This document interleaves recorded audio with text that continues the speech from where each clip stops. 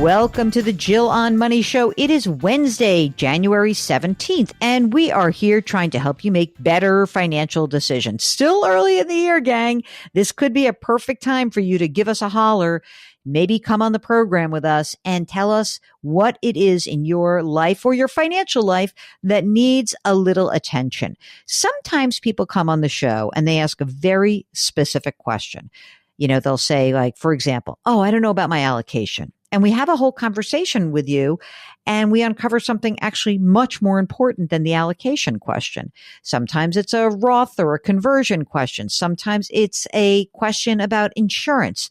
Whatever it is that you think is going on, it's so great if you just let us know or come on the air with us and we can talk about what's happening and maybe uncover other issues. Or maybe we're just going to tell you, yeah, you're totally on track to reach the goal that you have established. Or maybe it's time for you to slow down on some of that spending so you can reach that goal. I try not to be a finger wagger. That's one of the things I've always not liked about people who do this kind of work.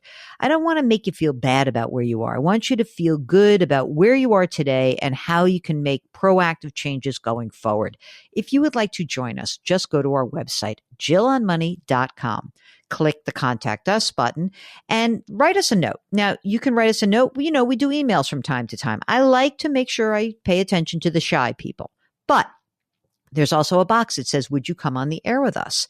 And if you want to come on the air for audio, you check the box and, you know, we'll change your name. We'll do whatever.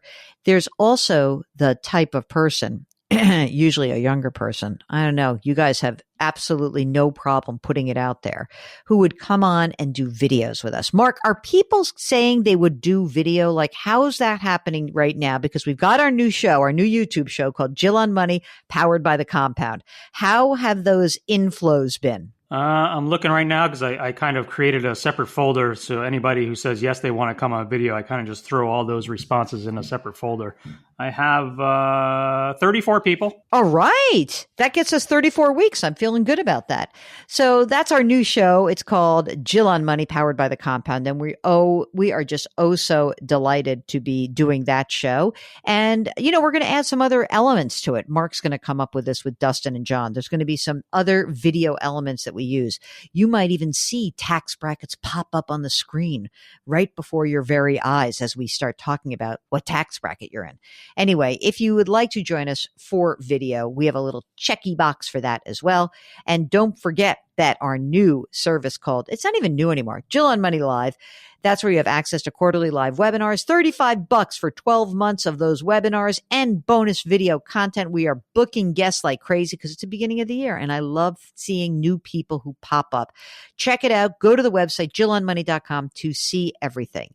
Today, we are talking to Jimmy Anonymous, who's on the line from New England.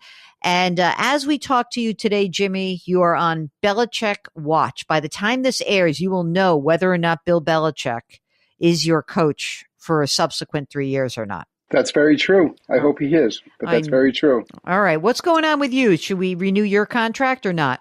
Let's hope so. What's going on? Well, I reached out and emailed you and Mark, and thank you both for inviting me on. I am presently retired. I'm 61 years old. Mm-hmm. My wife still works. She is 60 as of next week. Mm-hmm. And she makes $35,000 a year. Okay. I make about $12,000 to $13,000 a year in a part-time gig, just side gig, having fun. Yep. I have the buckets that you talk about and other shows talk about. We have the pre-tax bucket, you have the brokerage bucket, and then you have the Roth bucket. Mm-hmm. And I'm presently looking at what's the best strategy to attack Roth conversions with that brokerage bucket, but balancing the fact that that brokerage bucket with cash included is what I'm using to live on year to year, in addition to my wife's full-time salary. Okay. So a couple of questions. Your wife works, you get your health insurance through her? We do. And does she plan to work for a bunch more years? What do you think? She's saying about 3 more years. Okay. So 3 more years and then you'll do Cobra and whatever, and you'll get to Medicare and that'll be that. Exactly. Okay. Got it. How much do you guys need to live on in addition to, let's call it 45,000 that you're earning together? Annually, it's about, on a monthly basis, it is about $11,000 a month. Okay. No problem. Is that a number that you think is going to be pretty consistent going forward? Do you have like older kids who you're supporting that could be on their own, or anything that you think could change that $11,000 a month number? Only a couple of one-time events, in the sense of we have the children are all out of college as of this May. Yay! But some of them will be getting married and would like to contribute to that as they go along. But we're not supporting them otherwise. Okay, good. All right. But, you'll have a certain amount of money that we can allocate for those weddings. It'll be too much. It'll never be worth it. I'll promise you that right now. I just got into a fight with a friend of mine where I was yelling at him. And I'm like, why are you spending so much money on this kid's wedding? This is insanity. It's like a house. You've been buying a house for this amount of money. It's crazy what people are spending on weddings. Anyway, I'm sure. It's true. It's true. I mean, I don't know. I'm going to stop. I'll get off my soapbox now. Do what you want, as my mother would say. All right. What do we have saved in your pre-tax retirement accounts? What's not been taxed yet? 1.815. Wow. Good job, man. That's a lot of moolah. And what do you have in brokerage? I have 400,000 in brokerage and another I'm a little afraid to tell you this, but 425 in cash. Well, listen, I'm sure you're making 5% on that cash right now, so that's okay. Yes. All right, good. Okay. Roth money. Do you have money in a Roth already? Yes, 521. That's great. Amazing. Fantastic. Will your wife be entitled to a pension by any chance? No. Okay. So is your general game plan that you're living off the brokerage right now, right? And you're pulling out the money that you need to live on to get to that $11,000 a month. What's your game plan on claiming Social Security? Wait till 70? For me, yes. For my wife, we were thinking 63 when she retires. What's your Social Security benefit at your age 70? 54,680 annually. 54,000. Okay. So, I'm just going to put this as $4,000 a month because basically after you pay taxes on it, that's what it'll end up netting out. Okay. If she were to wait till her full retirement age, not claiming early, what's her full retirement age number? Do you know it? 23,000. You probably don't need to have her claim early, by the way. So can I ask a question about that? Yeah. Curious what the point of view on that. The idea was if I wait till 70, she gets half of yours. She gets all of mine once I kick the bucket. Not that I like to do that anytime soon, but I get you. I think still that it still might be better.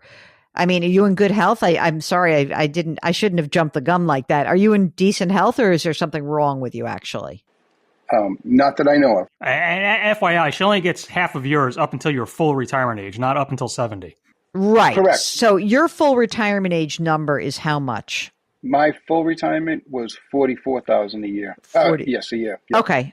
It's another 10,000 if I wait till 70. I think that she claims. All right. Let me keep going here. So essentially, what we know is, let's just say she claimed at 67 for a second and you claim at 70. That, like, obviously once you turn 70, you basically have half of your need taken care of through Social Security, right? We'll do it all in today's dollars just for fun. So what you're doing right now is you're saying, what part of this should I convert in order to reduce my future required minimum distribution, but also that you don't want to soak up all of the liquidity that you have in your brokerage and your cash account, right? Exactly. That's the balancing act I'm trying to figure out. I got you. And for the conversion, would it be your desire to convert and stay in the 22% tax bracket or the 24% tax bracket? The last 2 calendar years I have completed in maxing out the 22%. Okay. And what did that allow you to take out, 100-ish? About, yes, 100 or 120, I think, was 1 year. Yeah. Okay. It's funny because, of course, the account still grows. So you made a little dent, but not a big dent, right? Right. Okay. How would you feel if we popped you into 24% for a few years? Would you feel like freaked out about that? Not freaked out, just again, the concern being the balance of brokerage cash lasting for living as well as burning some of it up to pay these taxes. What if instead of living on the brokerage and the cash, that we lived on the money you pulled out of the pre-tax account and you never converted it? How would you feel about that? In other words, instead of saying I convert $100,000, what if you took $100,000 out of the pre-tax, paid the tax on it, and lived on it? And that would help me reduce that RMD in the future, and correct, at the same time help reserve my cash and brokerage balance. Exactly right. How would you feel about that? I'd feel fine with that. I feel fine either way, to be honest. But I just was worried about drawing down the cash. I mean, we got a lot of time here. So the question is, should there be a conversion, or should this just be we're whittling away this account, using it, you preserve your brokerage and cash account? I mean, you would have to actually invest some of that cash a little, just in terms of, if we're going to do this, I want that cash invested, because you're not going to receive 5% forever. But we would want some of that money put to work. But you could start pulling money out of that pre-tax account. Again, just staying in your 22%, if you had 100, just pull out as much as will keep you in that 22%, pay the tax that's due. Now you get to your age 70. And of course, the numbers are going to change because you're going to have Social Security. You'll take less money out. I don't know. I like the idea of preserving your cash also. And you already have a bunch of money in Roth. So if I can get you down to $1 million pre-tax from that 1.8, I don't know. That seems to work pretty well without making the decision to convert to the Roth. And by the way, when you have that year of a wedding, you pull out and you pay it to 24% tax bracket. You pull the extra, I don't know how much it's going to be, like $50,000, $80,000, whatever.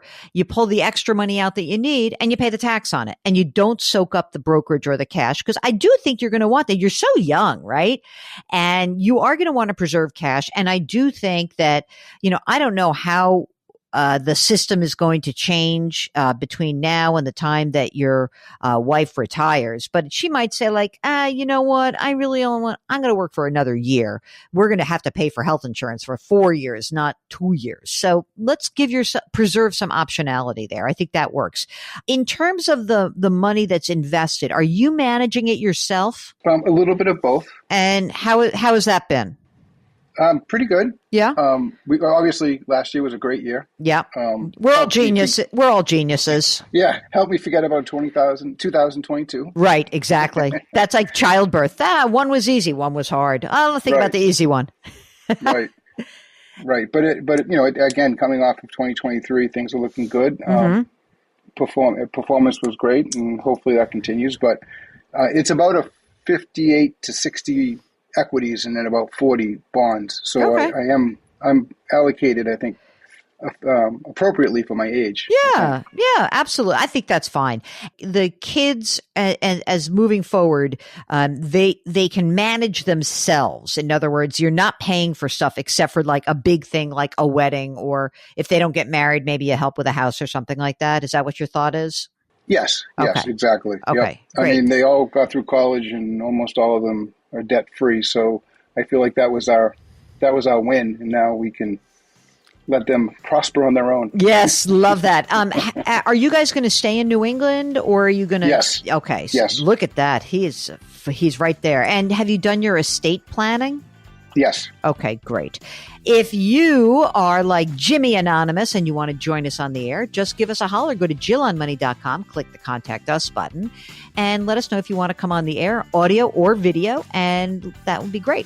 You can subscribe to Jill on Money on the Odyssey app or wherever you find your favorite podcast. Please leave us a rating and review wherever you listen.